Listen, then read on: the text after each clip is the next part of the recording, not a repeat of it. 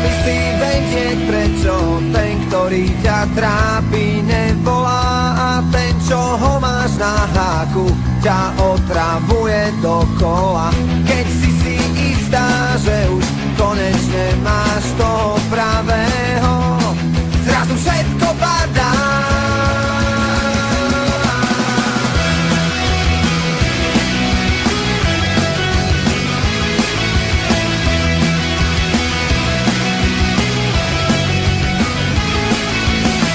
Chcela by si vedieť, prečo, keď sa večer dívaš na správy,